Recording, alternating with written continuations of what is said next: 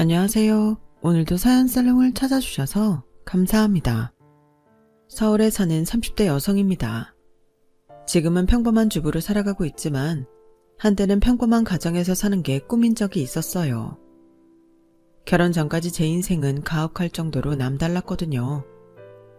다행히 지금의 남편을 만나서 안정된 가정을 꾸리고 아들, 딸 낳아 기르면서 사는 재미를 느끼게 되었어요. 불행했던 과거는 이제 다 지난 옛일이라 여기며 살고 있지만 그래도 기억은 죽지 않는지 아직도 가끔씩 가슴 한구석이 시리곤 합니다. 피부에 입은 상처는 몰라도 마음에 입은 상처는 시간이 흘러도 온전히 아물지는 않는 모양입니다. 저는 어릴 때 어른스럽다는 말을 많이 듣고 자랐어요. 처음부터 그랬던 건 아니고 부모님이 교통사고로 돌아가시고 고아가 된 이후부터 그런 소리를 들었던 것 같아요. 부모 없는 애라는 소리를 듣고 싶지 않아서 남들한테 흠을 보이지 않으려 부단히 노력한 결과였죠. 그런데 어른스럽다는 그 말이 칭찬만은 아니었던 모양이에요. 국민학교 4학년 때였던가요? 저희 반 친구 엄마들이 제 얘기를 하는 걸 우연히 들었어요. 진영이 말이에요. 애가 정말 어른스럽지 않아요? 말투며 행동하는 거며 누가 걔를 국민학생으로 보겠어요? 거기에 비하면 우리 애는 완전 철부지예요. 세상에 진영이 같은 딸만 있다면 엄마들이 걱정할 일이 없을 거예요. 글쎄요, 그게 과연 좋은 걸까요? 전 솔직히 진영이를 보면 가끔 소름이 끼치던데. 애는 어디까지나 애다워야죠. 그 나이 땐 실수도 하고 어리광도 부려야 정상 아닐까요? 근데 걔는 뭐랄까, 영악해 보인다고 해야 하나? 음흉하다고 해야 하나? 암튼 왠지 무섭더라고요. 그게 다 어린 나이에 부모가 한꺼번에 죽었으니 어리광 부릴 데가 없어서 그런 거겠지만 그래도 난 싫으네요. 우리 애한테 물들까봐 걱정이에요. 어머, 그럼 진영이 고아예요? 어쩜 난 그런 것도 모르고. 교통사고로 죽었대요. 지금은 걔 이모인가 뭔가 하는 사람 집에서 살고 있다는데 말이 이모지 피 한 방울 안 섞인 남이래요. 지 엄마 고등학교 동창이라나 뭐라나.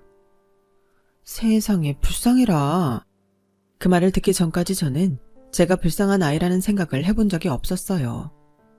친구 엄마 말대로 저희 이모는 저랑 피는 안 섞였지만 부모 잃은 저를 나 몰라라 하는 친가나 외가 식구들과 달리 저를 거두어 주었으니까요.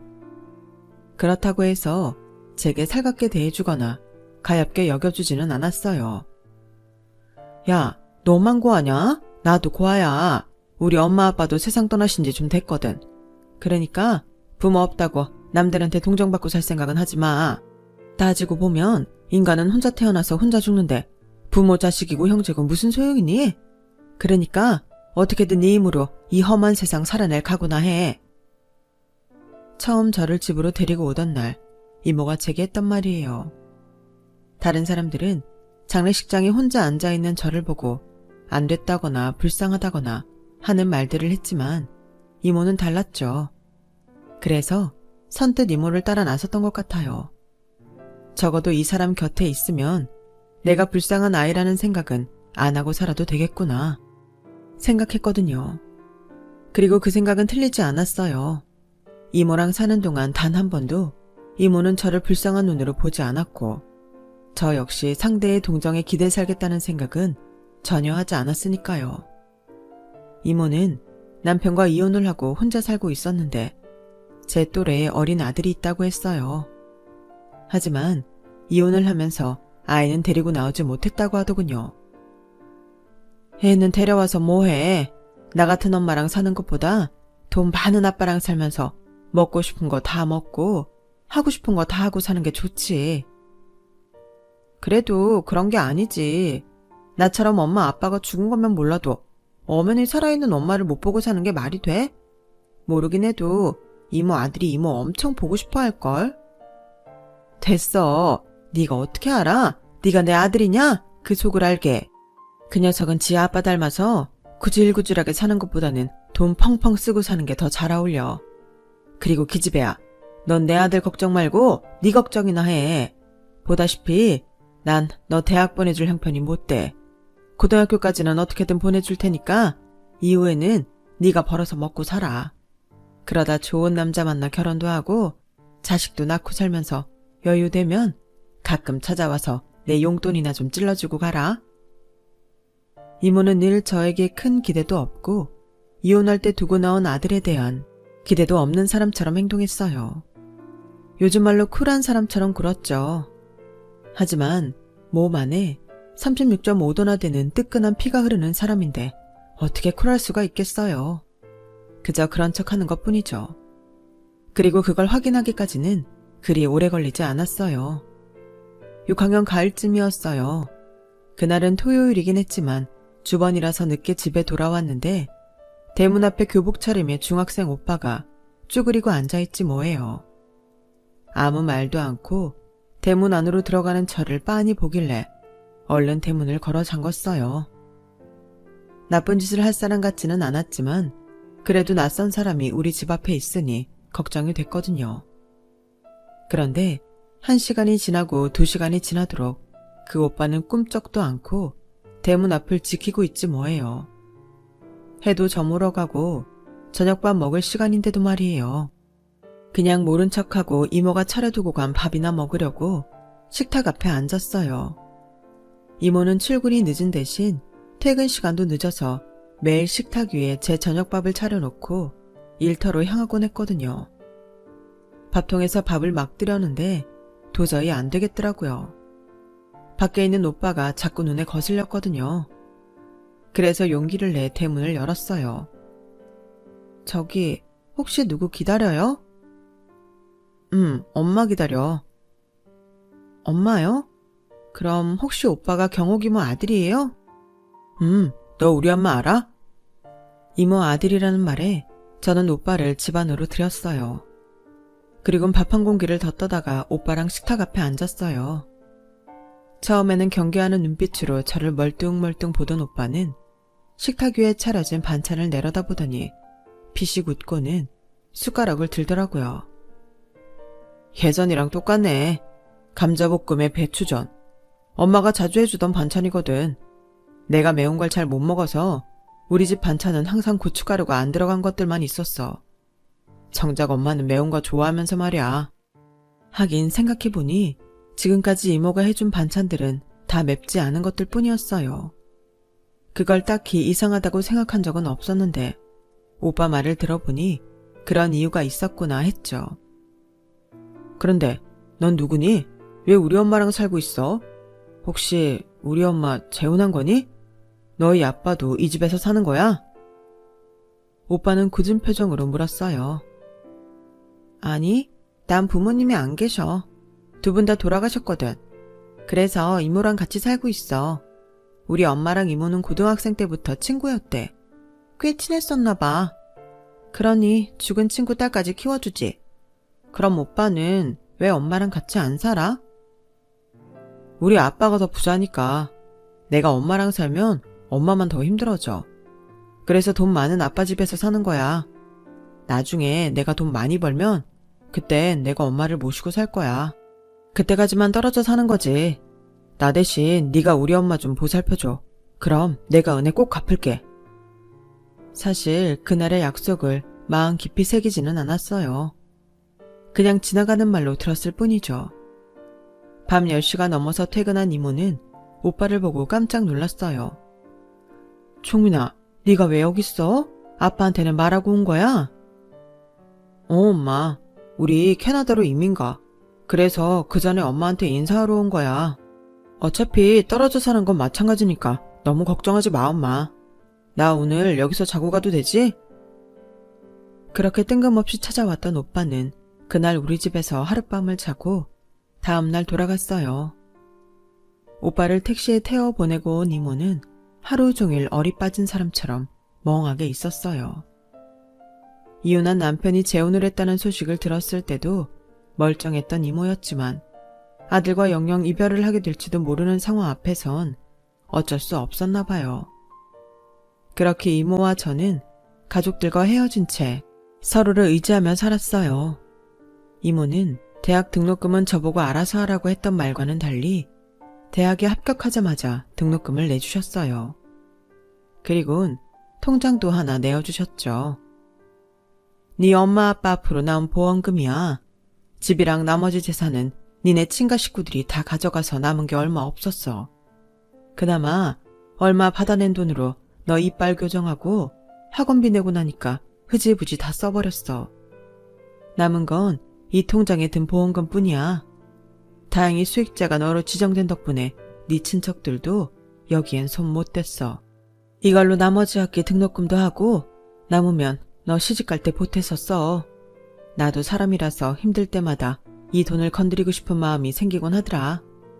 그래도 그 유혹 꾹 참고 네 손에 넘겨줄 수 있어서 다행이야. 아, 이제야 홀가분하네. 이모는 세상 짐 다 벗어던진 사람처럼 환하게 웃었어요.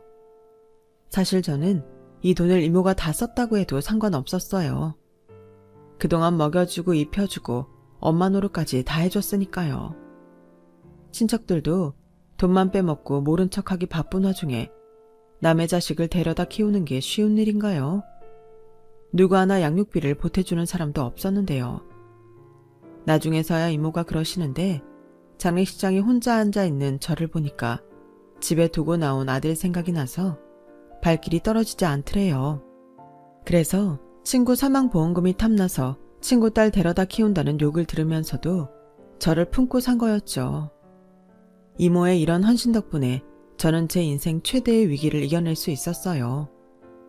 대학에 들어가고도 취직도 하기까지 이모가 없었더라면 전부 불가능했을 테니까요. 제가 대학을 졸업하고 취업을 할 때까지도 이모는 반찬가게 일을 계속하셨어요. 이모, 차라리 보험금 남은 거에다 대출 좀 받아서 반찬가게를 차리면 어떨까? 이모는 아이도 있는데 언제까지 남의 집 일만 하고 살 순 없잖아. 됐어. 그걸 왜 내가 써? 그럼 내가 니네 친척들이랑 다를 게 뭐 있냐? 네 부모 목숨값이야. 함부로 남의 손에 쥐어줄 생각 하지 마.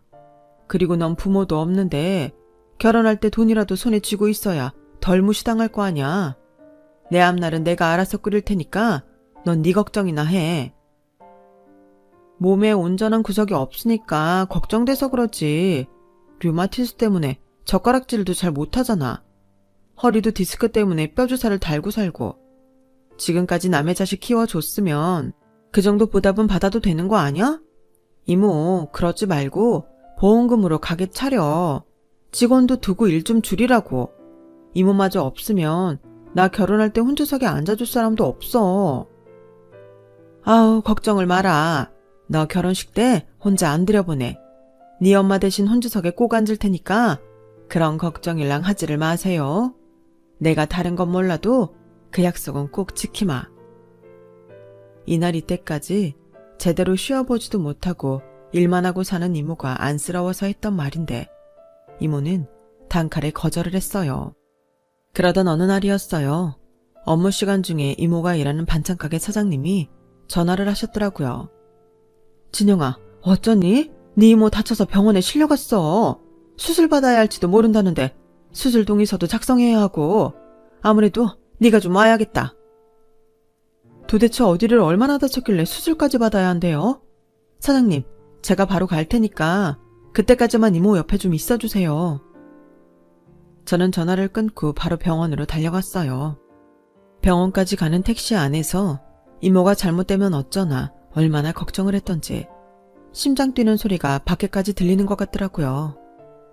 병원에 도착해 담당 의사한테 물어보니 다리를 삐끗하면서 아킬레스건이 파열됐는데 정도가 심해서 수술이 불가피하다고 했어요. 다행히 생명에는 지장이 없다는 말을 듣고서야 놀란 심장이 가라앉았죠. 그런 상황에도 이모는 한사코 수술을 안 하겠다고 버티는 거예요. 한동안 쉬면 나을 거라나요? 이모, 말도 안 되는 소리 좀 하지 마. 이모가 의사야? 누구 마음대로 수술을 안 한대. 수술 안 하고 버티다가 다리라도 절개되면 누가 제일 힘들어지는지는 알아? 바로 나야. 그러니까 잔말 말고 수술 받아. 어거지로 이모 고집을 누르고 수술 동의서에 사인을 하자 이모도 더는 말을 않더라고요. 그런데 입원 수속을 밟으면서도 또 한 번 큰 소리가 나게 되었어요. 다인실이 없어서 2인실이나 1인실의 병원을 해야 한다고요? 아, 난 그럼 입원 안 할래요. 병실비만 해도 그게 얼마야. 그럼 2인실로 할게요. 이모, 요즘은 2인실도 실비보험 적용되니까 안 비싸. 그러니까 병원비 아까워서 입원 안 하겠다는 소리 하지 마.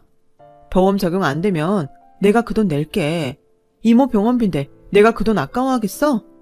이모, 나한테는 이모 하나뿐이야. 이모한테는 뭘 해줘도 안 아깝다고.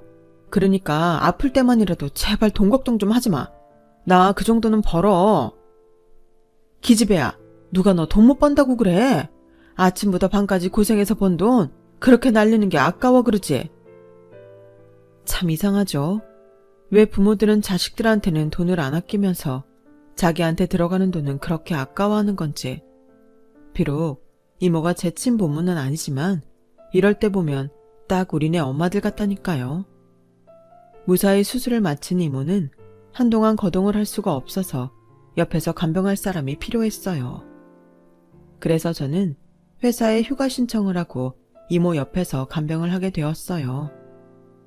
이모 병실에는 이모와 비슷한 연배의 아주머니가 입원해 계셨는데 그분은 허리 수술을 받은 상태라서 큰아들이 간병을 하고 있더라고요. 들어보니 8년 전 남편과 사별하셨다더군요. 자식은 아들이 둘인데 간병을 하고 있는 큰아들은 아직 미혼이고 둘째 아들은 결혼을 했다고 했어요.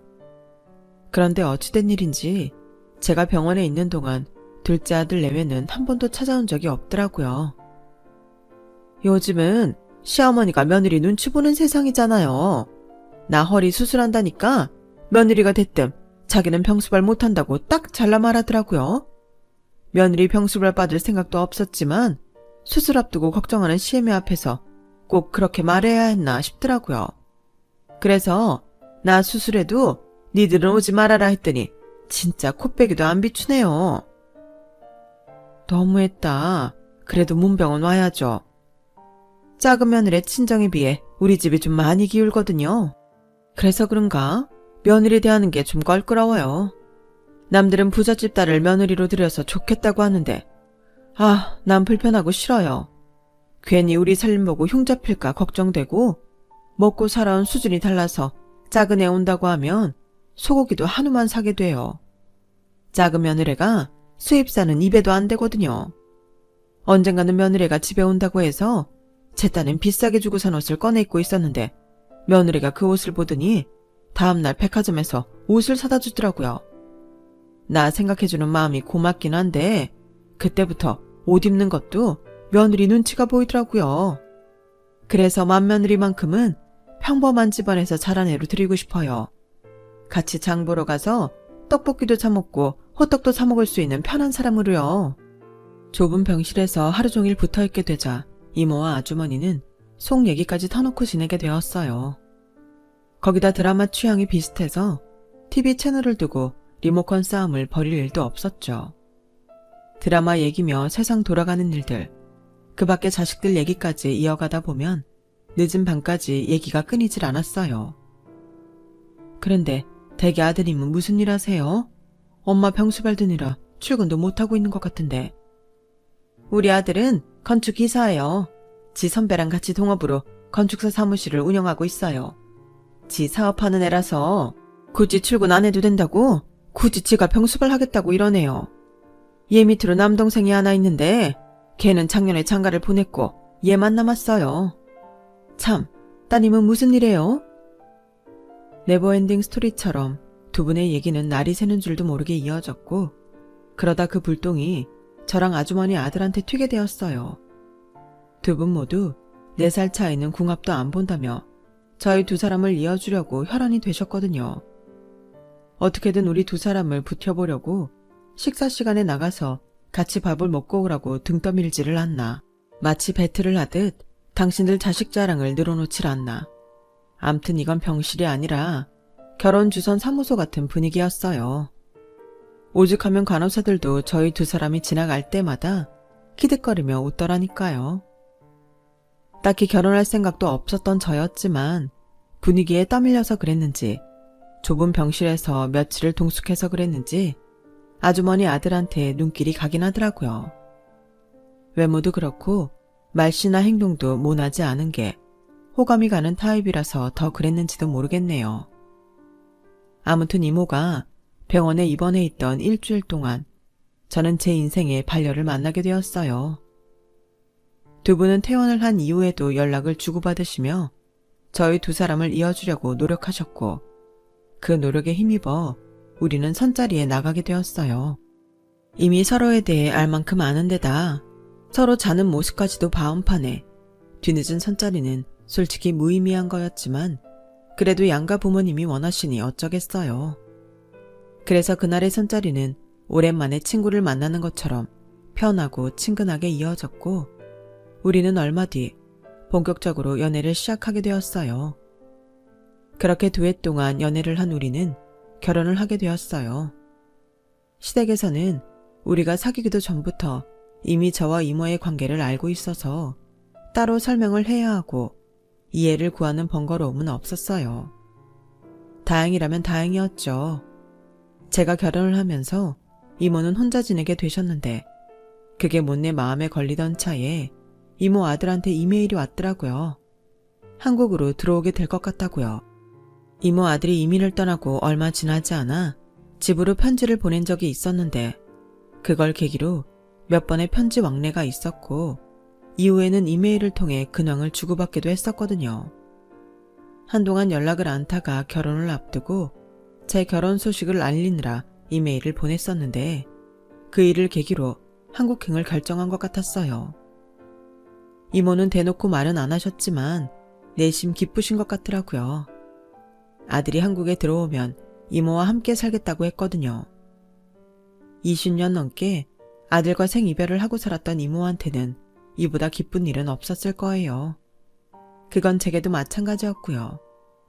나만 가정을 꾸려서 집을 나오는 것 같아서 미안했는데 저도 그 덕에 마음의 집을 조금은 덜 수 있었어요. 이모, 아들 온다니까 좋지? 이제는 가짜 딸 걱정 그만하고 친아들이랑 행복하게 살 생각만 해. 그래, 내가 말년에 무슨 복이 터졌나 싶다. 젊어서는 네 덕에 외롭지 않게 살았는데 나이 들어서는 아들놈 덕에 외롭지 않게 생겼으니 말이야. 그래서 말인데 이모, 이참에 반찬가게 일은 그만두는 게 어때? 이모가 남의 가게에서 일하는 거 보면 종민이 오빠가 마음이 편하겠어? 안 그래도 내가 전부터 가게자리를 하나 받은 게 있는데 거기에 반찬가게를 차리면 어떨까 싶어. 나 결혼할 때 돈 별로 안 들어서 보험금 받았던 거 그대로 남아있거든. 인테리어 공사는 우리 그이한테 도와달라고 하면 돈 별로 안 들이고 할 수 있을 것 같아. 그 가게 이모가 해봐. 그동안 나 키우느라 고생하셨는데 이 정도 선물은 받을 자격 있잖아. 얘는? 미쳤어. 너 내가 했던 말 귓등으로 들었니? 네 부모 목숨값을 왜 내가 받아? 됐어. 난 그 가게 받을 생각 없으니까 쓸데없는 짓 하지 마. 이모 말대로 그 보험금은 우리 부모님 목숨값이지만 나한테 이모는 내 목숨을 살려준 사람이야. 우리 부모님이 못한 거 이모가 대신해줬는데 왜 이모한테 주면 안 되는데? 이모가 이러면 난 평생 이모한테 빚진 마음으로 살아야 된다고. 나한테 빚 갚을 기회 정도는 줘야 하는 거 아니야? 그래야 나도 마음 편하게 살지. 이모, 그러니까 날 생각해서라도 그 가게 받아줘. 이모는 몇 번이나 사양을 하다가 결국 제 뜻을 따라주셨어요. 시작이 반이라고 가게를 계약하고 나자 인테리어 공사까지 순식간에 이루어졌어요. 남편도 저를 키워준 이모 가게라는 말에 여러모로 도움을 주었죠.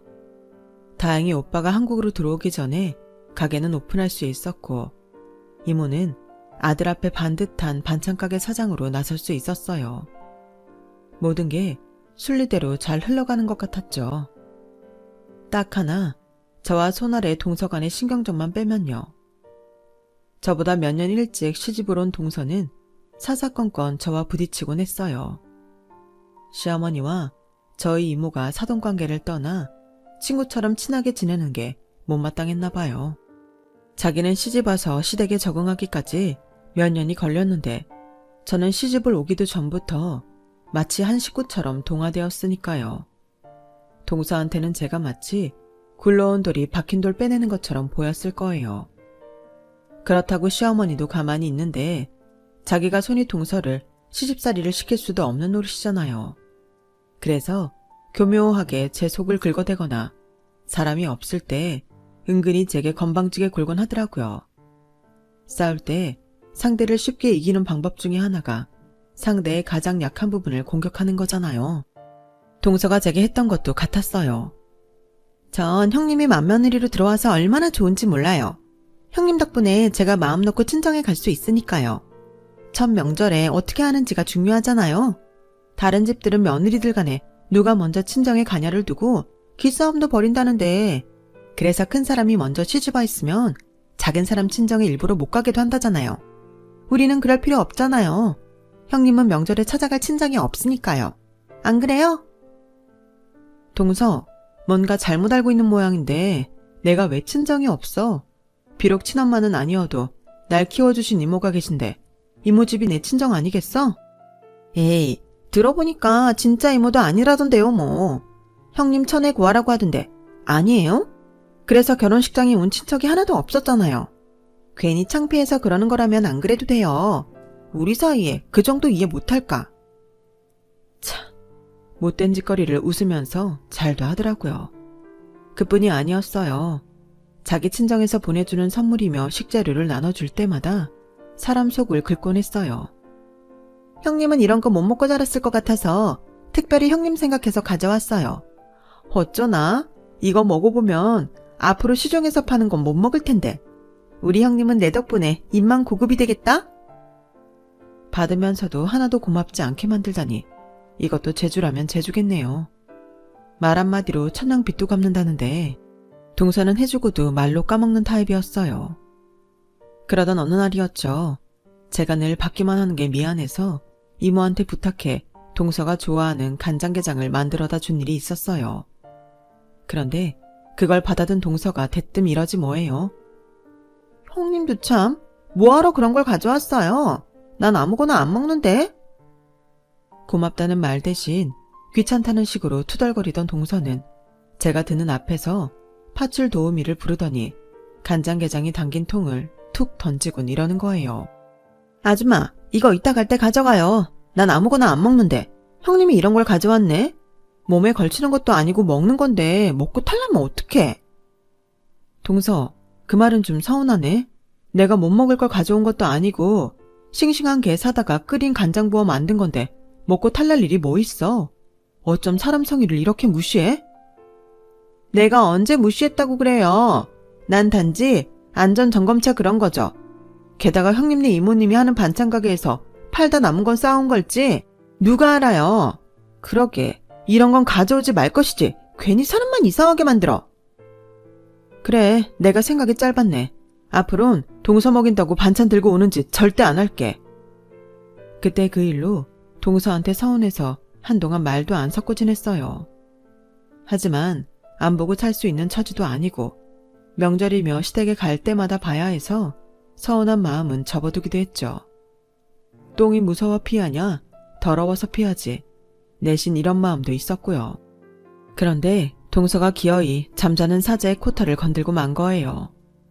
그날은 이모 생신이라서 이모를 모시고 별스타에서 핫하다는 프렌치 레스토랑에 갔어요. 몇 주 전부터 예약해야 갈 수 있는 그곳에 간 이유는 바로 이모 아들이 하는 곳이기 때문이었죠. 캐나다로 이민 간 이후 대학을 졸업하고 셰프가 되기 위해 프랑스로 유학을 갔던 오빠는 유명한 요리학교를 졸업했어요. 그리곤 현지 레스토랑에서 경력을 쌓고 한국으로 돌아와 가게를 차렸죠. 별스타를 통해 입소문을 타서 오픈한 지 1년도 안 돼 예약하기 힘들 정도로 인기 있는 레스토랑이 되었어요. 그 덕에 이모와 저는 따로 예약을 하지 않고도 아들 찬스를 써서 레스토랑에 갈 수 있었죠. 그런데 하필 거기서 동서랑 마주친 거예요. 어머, 형님이 이런 데도 와요? 여긴 가격대가 꽤 나가는 곳인데? 수준에 안 맞게 입은 고급이신가 보네? 어머, 같이 오신 분은 누구세요? 동서, 인사해. 우리 이모님이셔. 그런데 동서는 고개만 까닥 숙이더니 저희 이모 차림을 살피지 뭐예요. 머리부터 발끝까지 세세하게 살피곤 피식 웃으며 그러더라고요. 어머, 이모님은 이런 데보다는 순댓국집이 더 잘 어울리실 것 같은데? 우리 형님이 괜한 돈 쓰는 거 아닌가 몰라? 메뉴는 읽으실 수 있으시려나? 형님, 유명하다는 곳이라고 무작정 남들 따라다니면 안 돼요. 각자의 수준이 있는 건데. 뭐 기왕 온 거 경험이나 하고 가세요. 그러면서 슬쩍 지나가는 말처럼 그러더라고요. 여기도 앞으로 못 오겠네. 손님 수준이 이래서야. 돗대기 시장도 아니고. 참, 손님도 가려가며 받아야지. 이게 뭐야? 그때였어요. 이모한테 인사를 하러 주방에서 나오던 오빠가 그 소리를 들은 거예요. 별스타에 자주 노출이 돼서 그런가 얼굴이 알려진 오빠의 등장에 동서는 눈이 커지더라고요. 그런데 잠시 뒤 그 눈은 더 커지고 말았어요. 손님 말씀이 맞네요. 제가 수준 봐가며 손님을 잘 받았어야 했는데 그러질 못해서 귀한 분께 신뢰를 끼쳤습니다. 죄송해요 어머니. 앞으로 이런 천박한 사고방식을 가진 사람은 손님으로 안 받을게요. 돈 좀 있다고 자기가 대단한 사람인 줄 착각하는 사람처럼 천박한 사람이 또 어디 있겠어요. 그런 의미에서 손님, 죄송하지만 내 가게에서 나가주시죠. 그리고 앞으로도 내 가게에는 오지 않았으면 좋겠습니다. 당신 같은 손님한테는 내 음식을 팔고 싶지 않거든요. 어머? 지금 이 사람이 뭐라는 거야? 장사 좀 된다고 말 함부로 하네? 그리고 뭐? 천박? 내가 어딜 봐서 천박해? 천박한 건 내 앞에 서 있는 이 두 사람이지. 고급 레스토랑에 올 때 드레스 코드도 못 맞추는 수준 미달들 말이야. 글쎄요, 그 수준 미달은 오히려 그쪽이 아닐까 하는데요.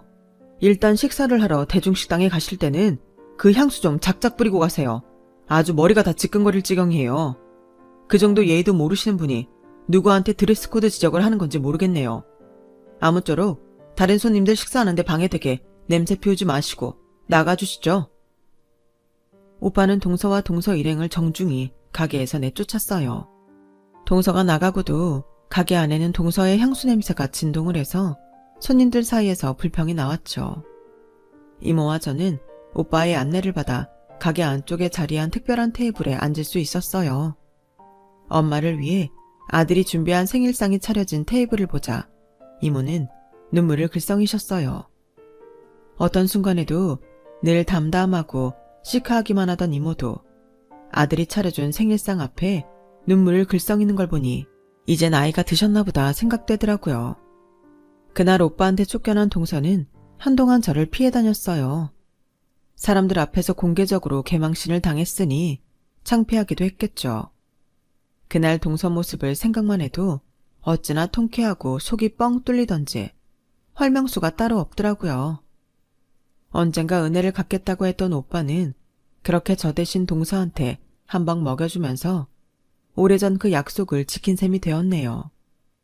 사람이 사람을 무시하면 쓰나요?